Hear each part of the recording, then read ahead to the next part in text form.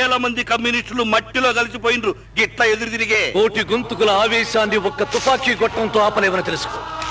ఈ భూమి వాళ్ళది, భక్తి వాళ్ళదే. ఏంది నాయనా అంతోనే బిడ్డ, చంపుతావా? ఒక వీరుడి రక్తంతో తడిసిన భూమిలో మెరిచేది వరిచేలు కాదు, వరిసేలు. అప్పుడు ఈ దేశాన్ని అనేది టాటాలు కాదు, తూటాలు. నీ చేతిలో ఉన్న తుపాకీలో 2 గుళ్ళే ఉన్నాయి. అవి చాలవు ఈ గుండె చప్పుడు ఆపడానికి. నా వెనక చూడు.